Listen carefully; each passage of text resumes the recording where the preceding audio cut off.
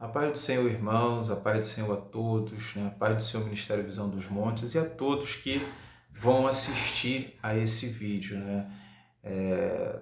Graças a Deus, nós estamos em mais um vídeo, né? Compartilhando aqui a palavra do Senhor. Prometo que não vou ser longânimo, né? Prometo que vou ser bastante sucinto aqui na palavra, para não estender muito o vídeo, né?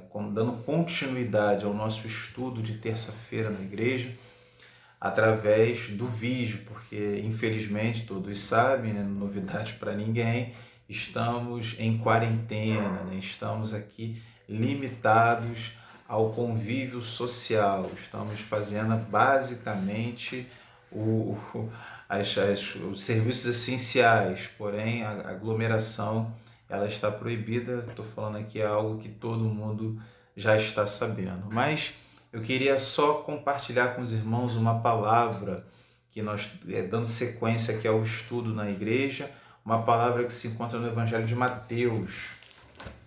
Evangelho de Mateus, no capítulo 9, a partir do verso 18, que fala a respeito da mulher do fluxo de sangue, né?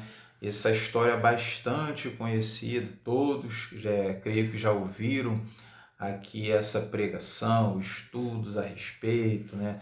Tem também outro personagem aqui que é Jairo, né? Um dos principais da sinagoga. Os evangelhos eles falam isso, que um dos principais da sinagoga também está ali envolvido nessa narrativa onde Jesus ali vai para curar a sua filha e no meio do caminho aparece uma mulher que toca nas suas vestes, ali virtude sai do Senhor, e todos, eu creio que conhecem basicamente a história.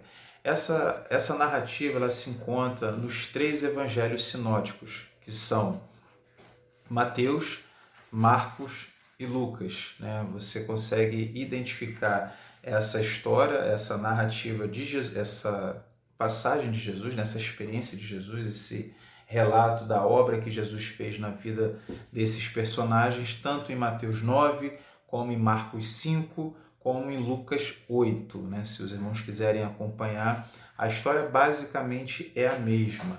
A única diferença central é que Mateus narra que quando Jairo chega para Jesus, ele afirma que a filha dele já está morta.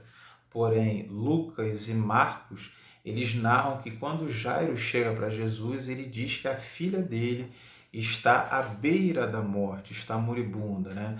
E assim, você pode até se perguntar, mas qual é o que está certo?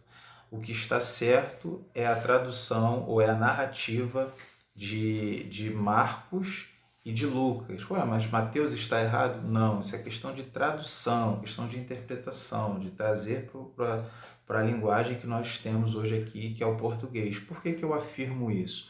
Porque lá na frente, lá no finalzinho da passagem, quando Jairo já ouve que Jesus curou a mulher, ele vê ali toda aquela situação, Jesus volta para ele, vira-se para ele.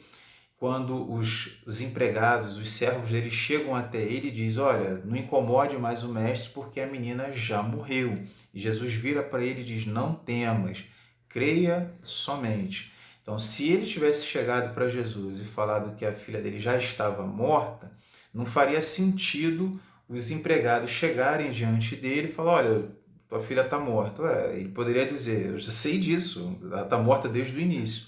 Entendeu? Então, por essa palavra a gente deduz, a gente conclui, deduz não, a gente conclui que a tradução do Evangelho de Mateus, a palavra que é usada ali para como a menina está morta, ela não é correta, porque no curso da história ficaria incoerente a abordagem dos seus trabalhadores, dos seus funcionários, né?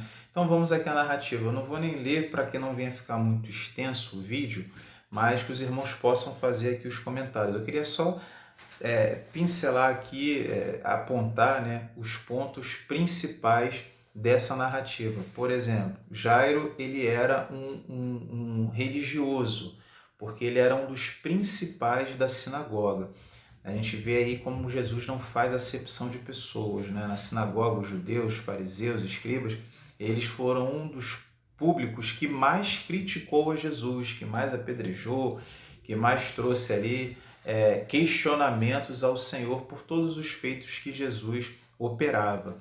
Porém, Jesus prontamente, ao ouvir que Jairo chega diante dele, ele vai lá, se prontifica a ir até a casa dele. Em nenhum momento Jesus faz qualquer tipo de observação, qualquer tipo de exigência para ir à casa dele. A gente vê que a palavra de Deus se cumpre quando diz que nenhum dos que vão até Jesus o Senhor despede de qualquer maneira, né? Jesus ele não rejeita aquele que vai até ele, porque eu aprendo na palavra que Deus ele responde fé, não necessidade. Necessidade muitos têm, mas fé são poucos os que têm. Então, quando alguém vai até Jesus, ele confia no Senhor, entende que só há vitória através de Jesus, ele jamais irá recusar. Não importa quem seja, não importa a nacionalidade, classe social, cor da pele, não importa quem seja. Se chegou até Jesus com fé,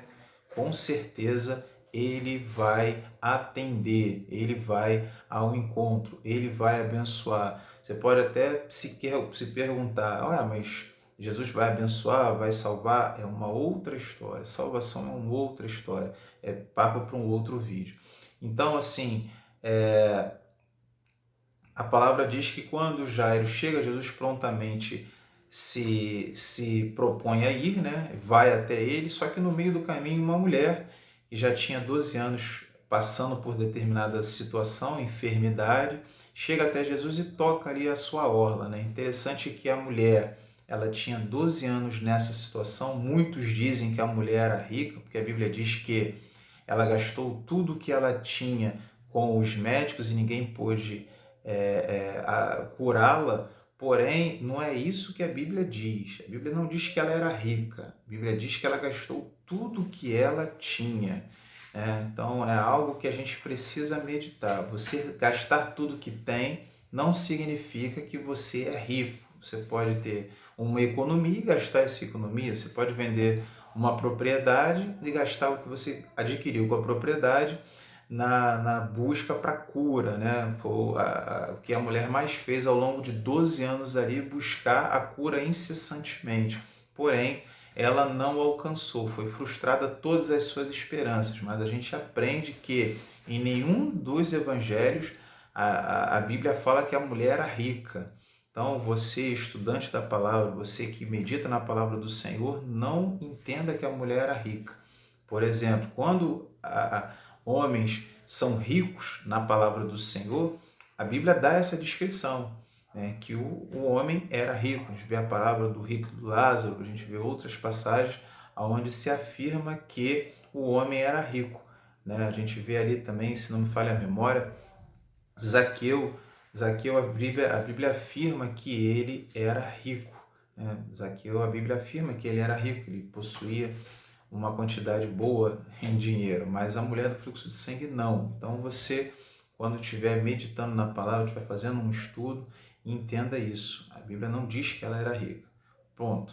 Vamos seguir aqui adiante. Então, quando a mulher chega até Jesus e ela toca ali as suas vestes, e de Jesus sai virtude, né? Virtude ao ponto de sarar a enfermidade do mal. A Bíblia fala que Jesus pergunta quem o tocou. Todos conhecem a palavra e ele se volta para a multidão e os discípulos que estavam ali pergunta quem ali tinha tocado nele, porque dele tinha saído virtude, e os discípulos não entenderam, porque eles estavam achando que era um toque comum, um toque carnal, porque a multidão estava o apertando. Porém, Jesus fala que não, porque dele saiu virtude. E a mulher, quando soube que sentiu-se, diz a palavra que ela sentiu-se no seu interior, ela está sendo curada, né? Estava curada, que do seu interior o mal tinha cessado. E a mulher, quando percebe que todos ali tinham identificado ela, ela temeu. Por que ela temeu? Ela temeu porque a palavra de Deus diz, né? A lei dizia lá em Levítico, capítulo 15, que a mulher que estivesse nesse período com fluxo de sangue, ela era considerada imunda. E tudo que ela viesse a tocar também seria imundo, né? Se ela viesse a tocar em alguém, esse alguém se tornaria imundo. E por esse gesto ali, por ela estar em comunidade, por ela estar ali numa multidão e tocado, com certeza em muitas pessoas, ela teria feito imundas muitas pessoas. E ela seria sentenciada, ela seria apedrejada. Por isso que ela teme pelo fato de perder a sua vida, né? Ela deu uma última cartada ali, foi buscar a cura, porém ela sabia que poderia causar sérias consequências, melhor dizendo, sérias consequências contra a sua vida. Mas ali ela confessa a Jesus e nada acontece. Porém, nesse meio termo, né, nesse acontecimento, ao curso desse acontecimento, chegam-se os funcionários, os servos de Jairo, os trabalhadores da casa de Jairo, dizendo que ele não viesse mais a incomodar o mestre, porque a filha dele tinha acabado de falecer. E quando Jesus ouve isso, Jesus se vira para Jairo e diz: não temas, creia somente. Essa palavra foi, acredito que entrou como uma flecha no coração de Jairo, porque ele ouviu a morte, porém também ele ouviu a vida. Ele ouviu Jesus, o dono da vida, o autor da vida, aquele que tem todo o poder nas suas mãos. E quando ele aceitou o desafio e chegou até em casa com Jesus, porque não pense você que foi fácil, você ouvir de alguém que acabou e você voltar-se para Deus e Deus falar: não acabou, creia somente, porque eu ainda posso fazer, a vida está em minhas mãos, né? Jesus, em outras palavras, disse isso para ele. E quando ele entra na casa, né, todos ali até debocharam de Jesus quando ele fala que a menina não estava morta, mas a menina estava dormindo, e Jesus tirou todos que ali estavam, entrou apenas com Pedro, Tiago e João, e a mãe da menina, e operou o milagre. Ou seja, os incrédulos, aqueles que não creem e não conseguem enxergar o milagre que Deus faz na vida de todas as pessoas, né? Na realidade, para você ver milagre, para você experimentar o milagre, se faz necessário crer. E esse é um dos requisitos que Deus fala que é para agradá-lo, né? Porque sem fé é impossível agradar a Deus. Quer agradar a Deus? Tenha fé. Não é fácil, não foi fácil para Jairo, não é fácil para nós, mas nós precisamos exercer a nossa fé.